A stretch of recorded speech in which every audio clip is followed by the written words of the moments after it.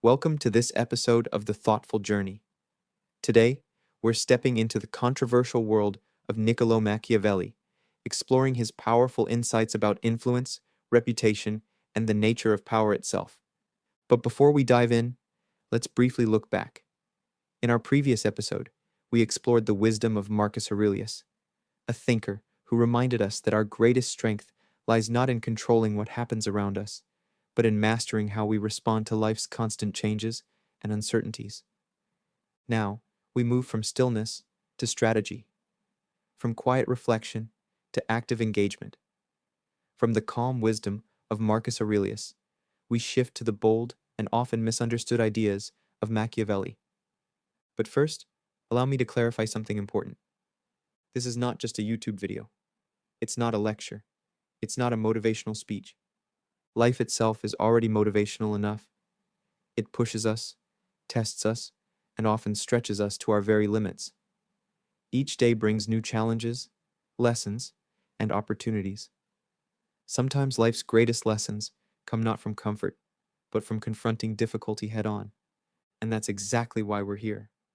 This is a journey, a thoughtful one, a place to slow down, breathe, and reflect. A space dedicated to clarity over chaos, depth over distraction, substance over superficiality. I'm not a teacher. I'm not here to preach. And I certainly don't pretend to have life all figured out. Instead, I'm a student, just like you. A student of thought, of history, of philosophy, and of life itself. I believe there's always more to learn, always another perspective to explore, another layer to uncover. This channel is my notebook. Every episode is a page. Every thinker we explore serves as a guide, not perfect, not flawless, but timeless in their ability to help us grow and understand ourselves and the world around us better. So, together, let's open today's page and begin our thoughtful journey with Machiavelli. Who was Machiavelli? Niccolo Machiavelli was born in 1469 in Florence, a city of art, beauty, and brilliance, but also betrayal, ambition, and endless bloodshed. It was the height of the Renaissance. While Michelangelo sculpted and Leonardo sketched, politicians sharpened their words like knives. Revolutions weren't just possible, they were expected. Machiavelli didn't grow up in palaces. He wasn't a king or nobleman. He was a civil servant, a diplomat, someone who observed power up close, not in theory, but in brutal practice. He worked with popes, warlords, mercenaries. He saw alliances built and broken in days. He saw how loyalty was a tool, and how fear was currency. In 1512, after a shift in power, the ruling Medici family returned to Florence. Machiavelli, once an insider, was accused of conspiracy. He was arrested, tortured, exiled.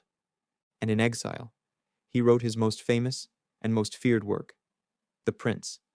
It wasn't a dreamer's guide. It wasn't written from comfort or safety. It was written in pain and clarity. It was a survival manual. He didn't write how rulers should behave. He wrote how they do behave. He ripped off the mask. And in doing so, he gave us this. Men judge more by the eye than by the hand. Everyone sees what you appear to be. Few experience what you truly are. It wasn't kindness that preserved power. It wasn't love that kept order. It was image, strength, perception. And while his words shocked many, they also revealed something we still live with today.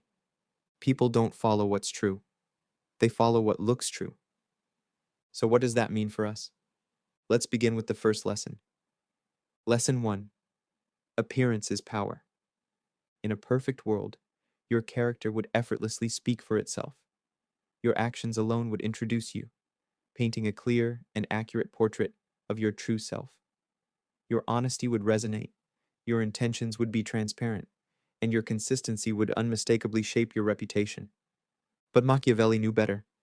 He famously wrote, "It is not necessary for a prince to have all the virtuous qualities, but it is necessary to appear to have them." Why would he say this? Because Machiavelli understood an uncomfortable truth about human nature.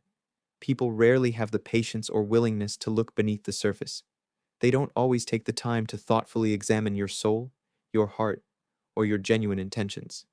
Instead, they rely heavily, and often exclusively, on what is immediately visible: your appearance, your mannerisms, your tone of voice, your confidence.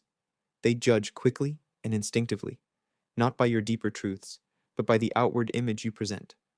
In today's modern world, Machiavelli's observation has only become more relevant, more profound, and perhaps more troubling. We live in an age amplified by personal branding, social media, and the relentless expectation of performance. The pressure to appear successful, capable, and confident has never been greater. The pace of life now rewards rapid judgment over careful consideration. It favors quick perception over patient understanding. Appear confident, and others instantly assume competence, often without proof. Dress elegantly, and people immediately presume your success and credibility. Speak with unwavering conviction, and your words are rarely challenged, accepted as truth before being tested by reason. I've experienced this shift firsthand, and I'd like to share openly from my own journey. When I began dressing in nicer clothing, carefully chosen to reflect confidence and self-respect, when I dedicated myself to fitness and started working out, improving how my clothes fit and how I carried myself. When I took the leap, launched my own company, and steadily raised my prices to better match the true value I offered, something unexpected and eye-opening happened. People's attitudes toward me shifted dramatically. Suddenly, I found myself treated with a newfound respect. My voice carried more weight. My opinion became more valuable to those around me. Clients who once second-guessed me when my prices were lower, questioning my abilities or hesitating at my advice, began nodding in immediate agreement the moment I spoke. Trust came easier, skepticism faded, and opportunities opened up, seemingly overnight.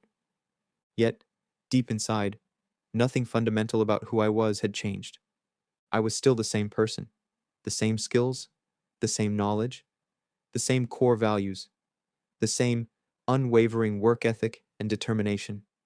The real transformation wasn't internal. It was entirely external, in how others perceived me. My outer appearance and the way I intentionally presented myself now aligned with the inner worth, quality, and integrity I had always possessed. This newfound alignment brought a layer of trust, legitimacy, and authority that had previously eluded me, not because of a lack within me, but because it had never been clearly communicated on the outside. This realization deeply reinforced what Machiavelli already understood. You can resist this truth, deny it, or attempt to ignore it, but it remains true regardless. If you neglect the power of appearance and perception, you risk becoming invisible, overlooked, or misunderstood, despite your genuine qualities. But, on the other hand, you can harness this truth. You can actively shape how you're perceived, intentionally crafting your image in alignment with your true character, strengths, and values. Doing so doesn't mean becoming fake, superficial, or deceitful. Quite the opposite. It means clearly and deliberately expressing your genuine self in a language that people instinctively recognize, understand, and respect. Machiavelli wasn't encouraging deception. He was issuing a warning. He pointed to a fundamental truth of human interaction. If you fail to consciously manage perception, you surrender control of your own narrative. You leave your story in the hands of others, who will often misunderstand or misrepresent you, not out of malice, but simply because appearances shape assumptions. Appearance, therefore, becomes a form of power, not because it replaces substance, but precisely because it allows your true substance to finally be seen. It bridges the gap between who you truly are inside and how you are perceived externally. It becomes authenticity, not hidden, but amplified. It becomes truth, no longer silent, but unmistakably expressed. Because in a noisy, crowded, distracted world, simply being authentic isn't always enough. You must also be clearly, intentionally, and unmistakably seen. Lesson 2. Fear versus love. This is the line that made Machiavelli infamous. It is better to be feared than loved, if you cannot be both. At first glance, these words sound ruthless, cold and calculating. They appear to advocate for harshness over compassion, dominance over empathy. But that's not the full picture. Machiavelli wasn't promoting tyranny. He wasn't suggesting we rule with cruelty or control others through intimidation. Instead, he was pointing towards something deeper, something universal about human nature. Love is conditional, but fear creates clear boundaries.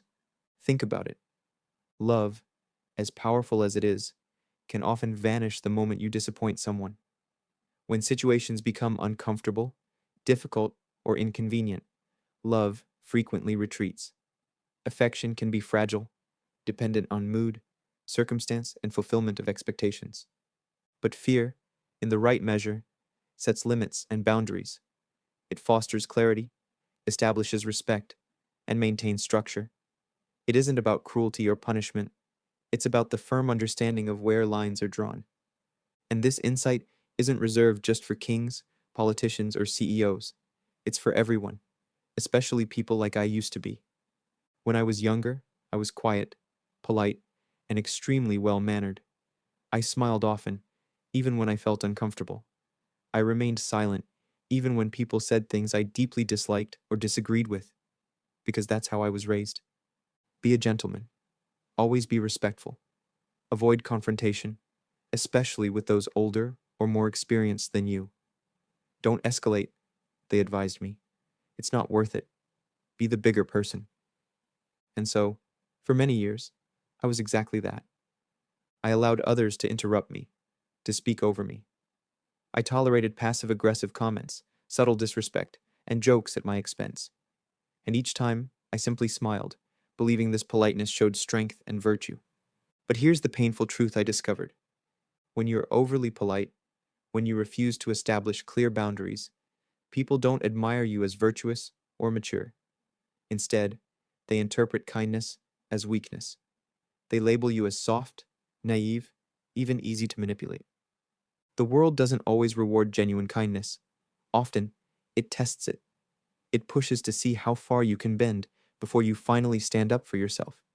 And when I finally started pushing back, everything changed. I stopped smiling when I didn't genuinely feel like smiling. I began speaking clearly, directly, unapologetically. I didn't wait for permission to lead, nor did I explain myself to people who didn't deserve an explanation. I didn't become aggressive. I became assertive, clear, decisive. I realized something essential. Respect must be mutual. It must be earned, balanced, and clearly understood. Not everyone automatically deserves your highest respect, especially when they repeatedly cross your boundaries. Suddenly, people started listening, not because I shouted, not because I dominated, but because I was no longer lowering myself to seek approval. And that's exactly what Machiavelli was truly getting at. It isn't about choosing fear over love or dominance over compassion. It's about never becoming dependent on either. It's about becoming someone who doesn't need constant validation to hold their ground, and who doesn't need force or domination to be respected. Because true leadership and self-respect begin the moment you stop living for approval and start standing with conviction. Lesson 3. Power reveals character. Power doesn't always corrupt. Sometimes it reveals. That's what Machiavelli observed, time and time again. He watched ordinary men ascend to positions of influence and authority and become unrecognizable. Some turned cruel, arrogant, detached. But Machiavelli understood that it wasn't the power itself that changed them. It was the power that unveiled them. It exposed what had always been hidden beneath the surface. He once wrote, "The first method for estimating the intelligence of a ruler is to look at the men he has around him." And in that one sentence, he captured something timeless. Because character is not proven by words, but by choices, by the people you choose to trust. The shallow surround themselves with flatterers, voices that echo their pride and protect their illusions. The wise, the strong, the grounded, surround themselves with challengers, people who question them, push them, keep them sharp, keep them honest. But Machiavelli went even deeper. He saw something most people overlook, that when a person gains power, wealth, or influence, They don't become someone new. They become more fully themselves, without filters, without limits. We often say things like, he got rich and changed, or she got famous and lost herself. But the truth? No, they didn't change. They simply stopped needing to hide. The masks fell off. The pressure to conform vanished. The need to play small dissolved. And the real version, the unfiltered self, emerged. Money doesn't transform people. Success doesn't rewrite your soul. What they do is liberate the parts of you that were once kept quiet. And when that happens, sometimes it's beautiful, sometimes it's ugly, but either way, it's real. I've seen this truth unfold in others, and I've seen it in myself. Even a small amount of success, just a little recognition, a little momentum, can shift the way people treat you. Suddenly, your words carry more weight. Your presence draws more attention. Your decisions impact more than just yourself. And that's when the real test begins. Because in that moment, you face a quiet but powerful choice. Do I stay grounded, or do I float away into ego? Do I remain open, or do I close myself off to anything that challenges me? I ask myself these questions often, especially now. Am I listening more or less than I used to? Am I still open to correction, or am I only seeking validation? Am I surrounding myself with truth tellers, or yes men? Because power is not just an opportunity. It's not just a responsibility. Power is a mirror. It doesn't reflect who you're trying to be. It reflects who you already are. And that's what makes it so dangerous and so sacred. Because once the spotlight is on, you can no longer hide in the shadows. You either rise into your truth or collapse under the weight of everything you pretended to be. Lesson 4. Adapt or be replaced. 1830 to 2200. Machiavelli compared fortune to a river. Unpredictable, powerful, and destructive when resisted. It can overflow, break boundaries, and sweep away anything that stands still for too long. And in one of his most provocative lines, he wrote, "Fortune is a woman, and to master her, one must act boldly." It's a metaphor that speaks volumes. To Machiavelli, those who thrive are not the ones who cling to stability or nostalgia. They are the ones who move when the tide shifts, the ones who act with courage, decisiveness, and flexibility, especially when the future is uncertain. And today, in our world of constant evolution, that insight rings truer than ever. We live in an era where everything changes, fast, trends evolve, technology updates overnight, cultural norms shift. Even the way we think about work, identity, and relationships is in constant motion. And yet, many people cling. They grip tightly to what's familiar, old systems, outdated roles, limiting beliefs, not because those things still work, but because letting go feels too uncomfortable, too uncertain, too risky. But what Machiavelli recognized, and what life relentlessly teaches us, is this: the greater risk is not change. The greater risk is refusing to change. Because what works today might fail you tomorrow. And if you wait until you're forced to adapt, you're already behind. This isn't just political strategy, it's deeply personal. Every one of us has parts of our lives that are outdated, old habits that no longer serve us, beliefs we inherited but never questioned, relationships we've outgrown, strategies that once worked but now only hold us back. But we stay. We stay because it feels safe, because it feels familiar, because the devil we know is more comfortable than the unknown we fear. But growth doesn't live in safety. It lives in movement. It lives in risk. It lives in the willingness to evolve before life forces us to. I've had to make changes that genuinely scared me. I've let go of offers that looked good on paper but felt wrong in my gut. I've said no to people I once bent over backwards to please. I've walked away from comfort. I've rebuilt from scratch, more than once. And every time, I came out stronger. Not because I had all the answers, not because I knew exactly what I was doing, but because I refused to stay stuck. Because I understood something Machiavelli understood centuries ago. Adapt or be replaced. That's not just a historical principle. It's not just a rule of politics or business. It's a law of life, a promise. Change is coming, whether we want it to or not. The question is, will you fight the current, or will you learn to move with it and shape your path before it's shaped for you? Lesson 5. Realism over idealism. Machiavelli isn't remembered for his optimism. He's remembered for his realism, his clarity, his unflinching view of the world as it is, not as we wish it to be.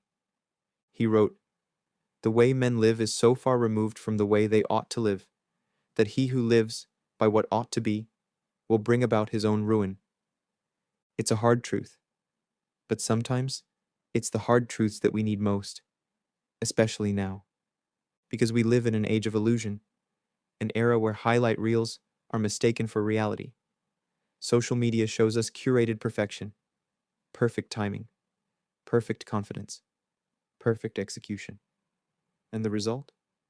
We wait. We convince ourselves we're not ready yet. We say, I need more time. I need better gear, better habits, better circumstances. Once I feel more confident, then I'll start. We wait for the perfect version of ourselves to arrive, the flawless plan, the ideal moment, the green light from life that tells us, now you're ready. But here's what I've learned, painfully, personally, and repeatedly. The perfect moment doesn't exist. And if it does, it only shows up after you stop waiting for it. Growth doesn't come from fantasizing about potential. It comes from facing reality, messy, uncertain, and unpolished as it is. You grow when you stop negotiating with fear and start engaging with what is. The missed opportunities, the hesitation, the doubt, the weaknesses you'd rather ignore. Face them, own them, and act anyway. Because it's only by moving through the imperfect that we begin to create something real, something honest, something lasting. At least, that's how I see it. And like every lesson in this series, this is simply my reflection, my lens, what I've felt, what I've lived, what I continue to wrestle with. But maybe you see it differently, and that's the beauty of this space. We don't have to agree. We just have to be honest. So I'd love to hear from you. What did you take from this? Drop your thoughts in the comments. Share your reflections, your lessons, your perspective. Because when we reflect together, we grow together. Personal connection. These lessons, they're not just words on a page to me. They're not abstract theories or distant philosophies. They are lived moments. They are battles I've fought, choices I've made, sometimes with confidence, sometimes with trembling hands, truths I've earned, one hard moment at a time, through failure, frustration, and the quiet work of figuring it out as I go. I've been the quiet one in the room, the one who smiled while swallowing his voice, the one who over-prepared, hesitated, and waited for everything to be perfect before taking even the first step. And I've also been the one who said, enough. The one who stepped forward before he felt ready, who acted even when the path wasn't clear, who adapted, messy, unsure, but alive, who stopped waiting and started moving. Machiavelli taught me something that most modern positivity tends to ignore, that life isn't about wishing the world were different. It's about meeting the world exactly as it is. Raw, unforgiving, full of power games, perception wars, and subtle battles over respect. But still, despite all of that, it's yours to move through with purpose. And that shift in mindset changed everything. Now, when I walk into a room, I don't wait for permission to belong. I don't look around, wondering if I'll be accepted. I decide who I am before I step through the door. I speak less, but with more weight. And I've come to understand that real leadership isn't about being liked. It's about being clear, being grounded, being consistent, especially when it's hard. I still fall short. I still catch myself seeking validation, shrinking to fit into someone else's expectations. But when I see it, when I catch it, I come back to myself. I remember that how I show up matters, that every day, with every small choice, I'm either building the person I want to become or slowly letting him slip away. Machiavelli reminded me of something simple but powerful. Power isn't a crown someone hands you. It's not approval. It's not applause. It's not status. It's clarity. The clarity to choose how you move through the world, especially when no one is watching. The clarity to act not from fear or ego or performance, but from alignment, from conviction. And that clarity, that's something I'm still learning, still earning, every single day. Closing thoughts. So I'll ask you now, where in your life are you still performing instead of simply being? Where are you hesitating, holding back, waiting for permission to begin, instead of just moving forward? And more importantly, what would happen if you finally let go of what others expect and started becoming who you actually are? Machiavelli's message was never about deception. It wasn't about manipulation for its own sake. It was about awareness, about understanding how the world works, how perception shapes power, and how self-awareness shapes you. Appearances matter? Yes, but appearance without integrity is hollow, and power without self-knowledge eventually collapses. Because at the end of the day, the world may judge you by what it sees, but you will live with what you know. This was episode 2 of The Thoughtful Journey, and in our next chapter, we shift our lens from the political strategies of Renaissance Italy to the vast, sweeping currents of history. We'll explore the mind of a thinker who looked beyond individual leaders and into the rise and fall of entire civilizations, a man who believed that comfort weakens and struggle strengthens, that discipline, both personal and collective, is the backbone of every great individual and every lasting empire. We're talking about Ibn Khaldun, the father of sociology, a pioneer of historical thought, and a brutal realist who understood how strength is built and how it dies. But until then, thank you for thinking. Thank you for walking this path with me. And thank you, not just for listening, but for reflecting, for questioning, for growing. Until next time.